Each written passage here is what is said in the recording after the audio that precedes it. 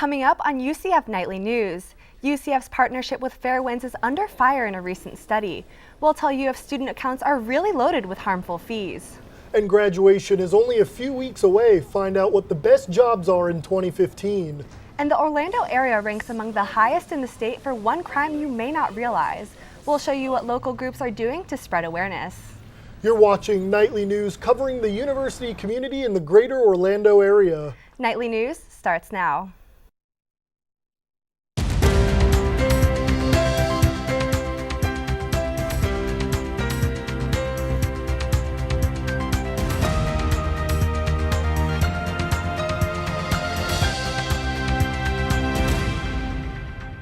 Afternoon and welcome to Nightly News. I'm Allison Henning. And I'm Jack Ebel. Today is Friday, April 10th.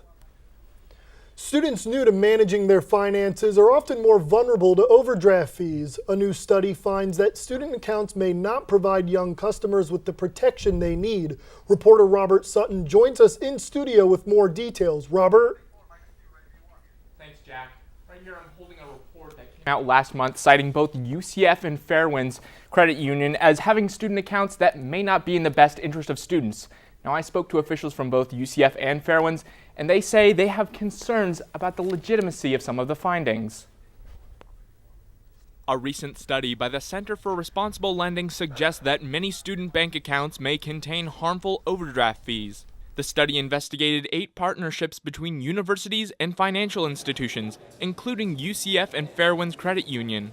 According to the study, overdraft fees may cause students to incur hundreds of dollars of debt in a single day through simple ATM or debit card transactions. The Consumer Financial Protection Bureau says young adults use debit cards more frequently than other account holders and are at the greatest risk of overdrawing their accounts. But officials from Fairwinds say of the more than 4,500 student accounts they have, only 6% even have the ability to overdraft. Diane Owen is Fairwinds Executive Vice President of Marketing. Unfortunately, there are institutions out there that we think maybe do take advantage of the students, and us being lumped in is a shame because we're there to be, to watch after the students and do what's in their best interest. Fairwinds and UCF both say they weren't even contacted by the study's researchers. Mark Schlub of UCF News and Information says the report isn't accurate, and in fact, Fairwinds was chosen as a partner in 2012 partly because of the protections they offer to students. We knew that they hadn't really done their homework. The report relied on some false assumptions and came to a false conclusion that we certainly were disappointed with.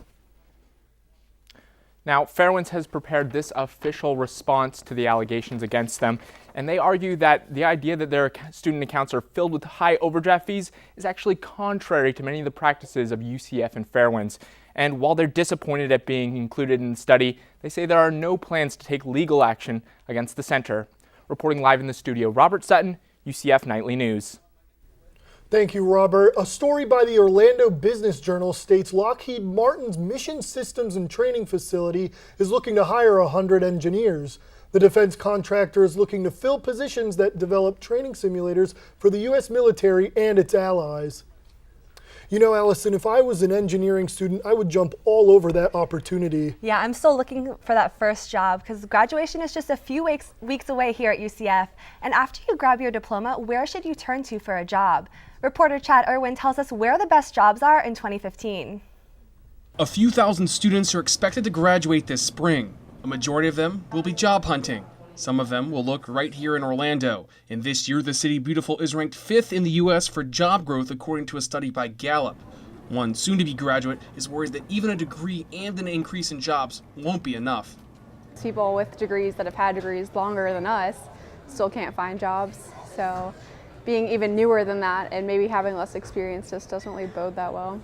UCF Career Services recently highlighted the 25 best jobs in America for 2015. Nearly all of the jobs were in technology, finance, and health. The only job in the top 25 that didn't require a specific degree was sales manager. William Blank, the director of career development at UCF, says that there are a lot of jobs opening in healthcare-related fields. Look at what's happening with national health care. More people are gaining access to health care, so there's a higher demand. So with the aging population and the greater accessibility to health care, anything in the health field is just exploding.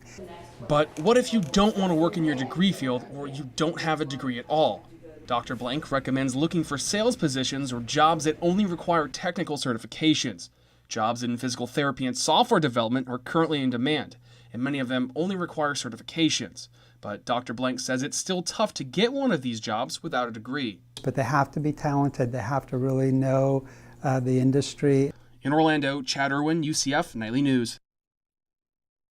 UCF Career Services recommends stopping by at least once a semester to help plan out your career.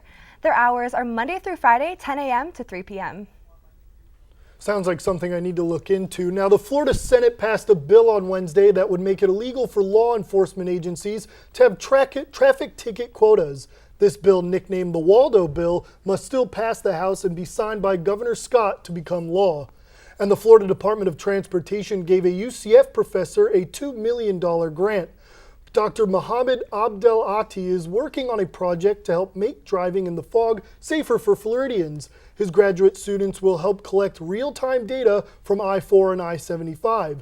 They are programming a driving simulator that will help gather human behavior in different levels of fog and light. They also want to learn how drivers react to different messages when approaching foggy areas. Because all it takes is one driver not paying attention or driving faster than usual, and then a pileup happens because it's only one mistake for one driver. Dr. Abdel Ati wants to be more proactive than reactive with this study. He plans to put technology on the side of the roads to warn drivers before fog becomes an issue. And this month is National Distracted Driving Awareness Month, and AAA reports 6 of 10 crashes involve a distracted driver. The National Highway Traffic Safety Administration defines distracted driving as any activity that takes away focus from the road. And these activities can include texting, grooming, and interacting with passengers. Senior Edwin Perez says these quick distractions don't just affect you, but others on the road. A couple of seconds can mean an accident or like running over someone, and I don't really want to do that. AAA reports the leading distraction is interacting with a passenger, followed by cell phone use. You know, Jack, this morning coming into school, I was a little distracted by the sky. It looked absolutely beautiful outside today. I'll tell you what, we were talking about fog, and foggy days seem nowhere in sight. Vanessa joins us live for our first forecast. How's the weather looking outside, Vanessa? Thanks, Jack. Well, it's a very gorgeous but very hot day outside. Just perfect for any outdoor activities. Just make sure you enjoy the good weather while it's here, because this coming week you'll want to have an umbrella with you anywhere you go.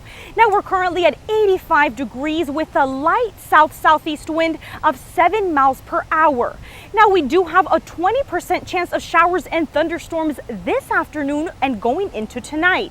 The humidity is currently at 53%. Now, I'm also tracking some severe weather across the country and some severe weather coming to Florida, but I'll tell you more about it later on in our full forecast. Allison, Jack, back to you.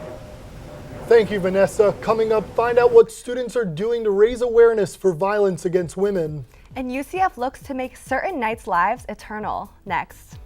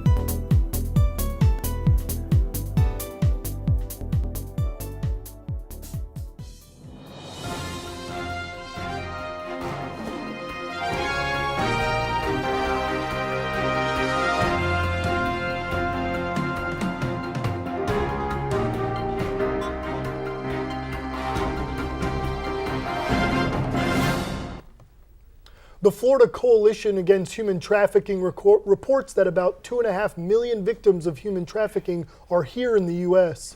Nightly News reporter Jasmine Hankerson joins us in studio for more on how this affects Central Florida. Jasmine? That's right, Allison. Florida is actually cited for having one of the highest number of human trafficking incidences in the country. And Orlando may be known for its tourist spots, but it's also host to one crime that many don't see and may have never guessed. Orlando, the city beautiful, but some sites go without being seen. The Greater Orlando Human Trafficking Task Force says that Florida is among the top 3 states in the U.S. for human trafficking. It also says Orlando is of the highest activity in the state. Mary Andrews has lived in Orlando for more than 30 years and says she was shocked to find out that this was such an issue. Living in Orlando, not knowing at all what was really going on behind the scenes, has been hard to know that this is one of the worst areas for that. The International Justice Mission at UCF is an advocacy club. For this week's Justice Week, it took a stance on human trafficking. The group even made a mock brothel to spread awareness. Vice President Sarah Lynn Ard says even college students can help with the issue. Knowing the signs and knowing what to look for, knowing if something doesn't seem right, it's probably not right. You could be the person that intervenes when a trafficking victim is about to be snatched. Andrews worked with IJM to promote awareness about the issue in another way, free trade products.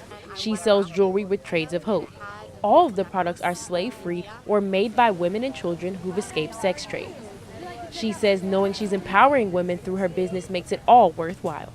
It hits my heart because I know I'm doing something with that special. Now, IJM knows that the problem isn't easily fixed, but it hopes to help students and the community know that they can make a difference by keeping themselves aware. Live in the studio, Jasmine Hankerson, UCF Nightly News. Thank you, Jasmine. More than 58,000 soldiers died in the Vietnam War, and research from the Rape Prevention Project shows that number is just above the number of women who died here at home during the same period. Project officials counted 51,000 victims from violence against women during the war. This inspired a group of Massachusetts women to create the Clothesline Project in the 90s. Today, UCF is one of 500 international participants. Victim Services hung colored T-shirts in the Union this week to bring awareness to women's violence. And April is Sexual Assault Awareness Month, and the United Nations organization, UN Women, reports that 1 in 3 women worldwide have experienced physical or sexual violence. Nightly News reporter De'Ara Bradley explores the Clothesline Project impact here at UCF. The Clothesline Project gives women a voice against physical and mental abuse. The Clothesline aspect represents the women in the past who shared their stories with one another while hanging clothes to dry outside. There is no physical clothesline in the Union, but Victim Services believes that same sense of support and community is apparent here at UCF. Do something, that's what we're asking, is do something, not just say it's none of my business and I'm not going to do anything, because people have lost their lives that way. And that's exactly what one student says motivated her to take a stand against women's violence. She reflects on her personal experience and how she empowers other women to stay strong. I really would hope that it would bring a sense of peace or relief to victims and survivors because you see that people care. Each shirt color symbolizes a different story. Red, pink, and orange are for survivors of rape and sexual assault. Blue and green represent incest and sexual abuse. Purple is for those women attacked because of their sexual orientation. And black is for women targeted for political reasons. But for those in these life-threatening situations, these shirts, regardless of their color, represent hope. In Orlando, De'Ara Bradley, UCF Nightly News. The Clothesline Project shirts will be displayed in the Union through April in coordination with Sexual Assault Awareness Month. And last night, the university honored the students who died while enrolled at UCF this last year. The Eternal Nights Memorial Service was held in the Student Union. It all began with a moment of silence, 2 seconds for each of the 11 students who would be commemorated. This is the 15th year Eternal Nights has recognized the lives of students who passed away. It really was a beautiful ceremony. Yeah, I saw it. It was absolutely beautiful. Coming up, Arnold Godoy tells us what's going on around the nation. And Vanessa Rodriguez joins us for our final forecast. Stay tuned.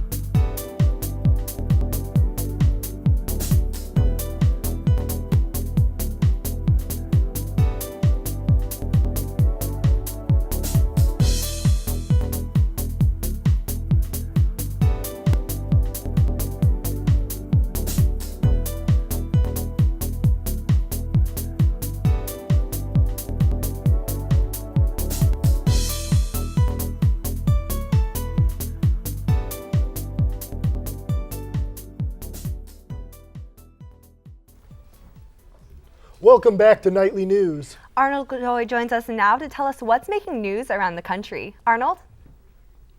Thank you, Allison. The trial of Boston Marathon bomber Dzhokhar Tsarnaev is about to enter the penalty phase. On Wednesday, a jury of 12 men and women found the 21-year-old guilty of 30 charges, 17 of which are punishable by death. Now, the defense will present evidence and call on experts in an effort to save Tsarnaev's life. Meanwhile, prosecutors are expected to call on victims from the attack to make their case for the death penalty. The jury has a few days before the penalty phase begins next week. A South Carolina police officer is charged with murder after a fatal shooting last Saturday. Officer Michael Slager gunned down 50-year-old Walter Scott after a routine traffic stop. Yesterday, the State Law Enforcement Division released a dash cam video showing Scott running from the officer just moments prior to the shooting. Now, we will not be showing the video of that shooting because it is too disturbing, but the bystander who recorded the incident spoke out for the first time in an interview with NBC News. I remember the police had control of the situation. He had control, of Scott, and Scott was trying just to get away from the taser. The department fired Slager, and he is being held without bond. 7 other officers arrived on the scene minutes after the incident. Their actions at the scene are also under investigation. President Barack Obama is now supporting efforts to end conversion therapies. These therapies focus on changing the sexual orientation of gay, lesbian, and transgender youth. A petition to the Obama administration to enact Leela's law to ban all LGBTQ conversion therapy has over 120,000 signatures. The law is named after Leela Alcorn, a 17-year-old transgender youth who committed suicide after her parents forced her into conversion therapy. A second Republican is joining Ted Cruz in the 2016 race for the White House.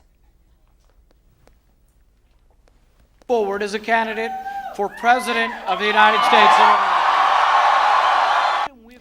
That is first-term Kentucky Senator Rand Paul announcing his presidential candidacy. Paul told a crowd in Louisville he wants to take the party in a new direction, seeking a balanced budget amendment, term limits for members of Congress, and less government surveillance. Now, that's all the time we have for our national news. Vanessa is actually going to join us right now and give us a look at the final forecast. Vanessa, how's it looking like for the next few days? Thanks, Arnold. Well, first, we're just going to look at some state temperatures, and then we'll move on to some national weather. Over here in Tallahassee, we're at 83, Jacksonville 85, and at home in Orlando, we're also at 85. Tampa's at 84, and down in Miami, the lowest temperature, if you can believe it, at 81. Now, in the next map, I'll show you and tell you more about the showers and thunderstorms that we're going to experience this week. If you can see down in Florida, that light green color means that a lot of rain is coming our way. But what else can you expect? As we get closer to hurricane season in June, you should expect to see some more showers and thunderstorms. And although the storm chances do remain low today, they will increase starting tomorrow and they will carry on into the week. Now, we're looking at some wind and fronts. If you can see severe thunderstorms, so it's not just Florida that's seeing very severe weather, it's really the whole country. Do expect to start seeing an increasing rain chances as we get closer and closer to hurricane season. Now, let's move on to look at some of the let's move on to our 5-day forecast. So Saturday, it's a high of 88 and a low of 68 with a 40% chance of rain. Sunday, a high of 85 and a low of 69 with a 40% chance of rain. So if you're headed to Universal Nights, just make sure you have that umbrella or that raincoat with you. I know I will.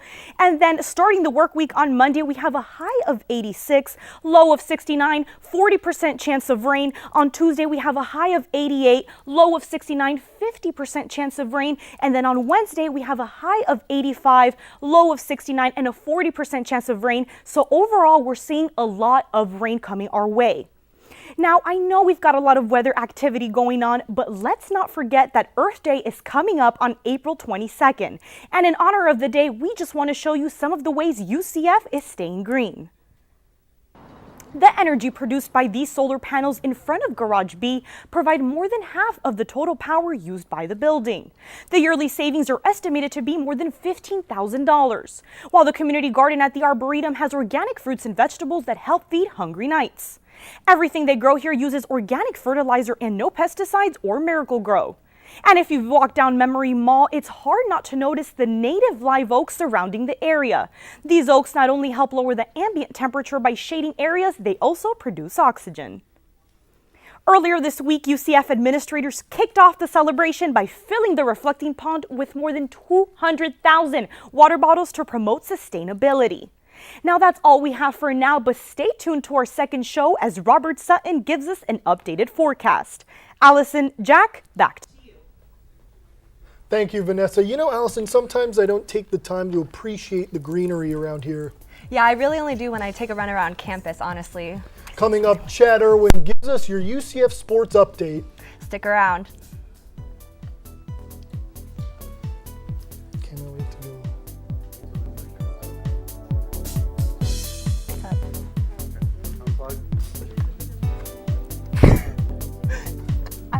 I do what I want.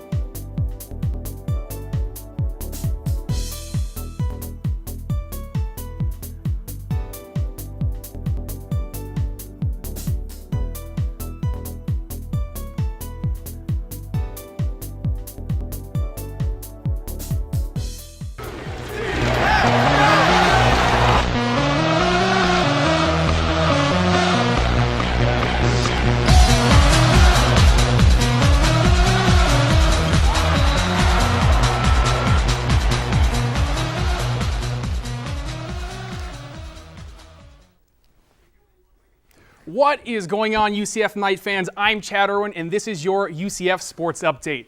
Way too much happening in the sports world since last Friday. We had the NCAA men's and women's national championship games and so much more. Let's start it off on Monday, where the Duke Blue Devils took on the Wisconsin Badgers in a game that ended with some controversial calls, including this play right here that should have been called out on Duke forward Justice Winslow with just under 2 minutes on the clock. Duke went on to win the game 68-63, and freshman guards Tyus Jones and Grayson Al led the Blue Devils, scoring 23 and 16 points respectively. Coach K and Duke taking home their 5th national title. And UCF broke ground this Wednesday on the future home for the UCF tennis program. The United States Tennis Association National Campus is coming to Lake Nona, is scheduled to be finished in 2016. At 63 total acres, the facility is projected to have 115 tennis courts, ranging from indoor to clay courts, and UCF President Dr. John C. Hitt says it shows the advantage of the university's location. I think they illustrate the advantage of having a really great metropolitan research university here in Orlando. We're able to be part of a wide range of projects that really help build the community and lead some others.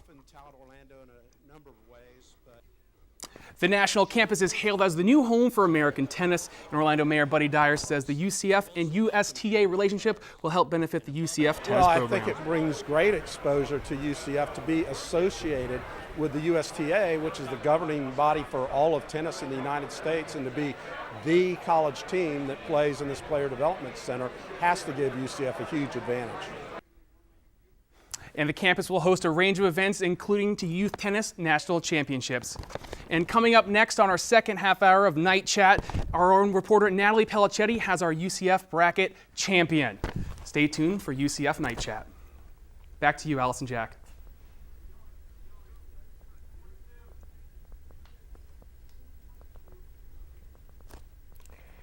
Thanks, Chad.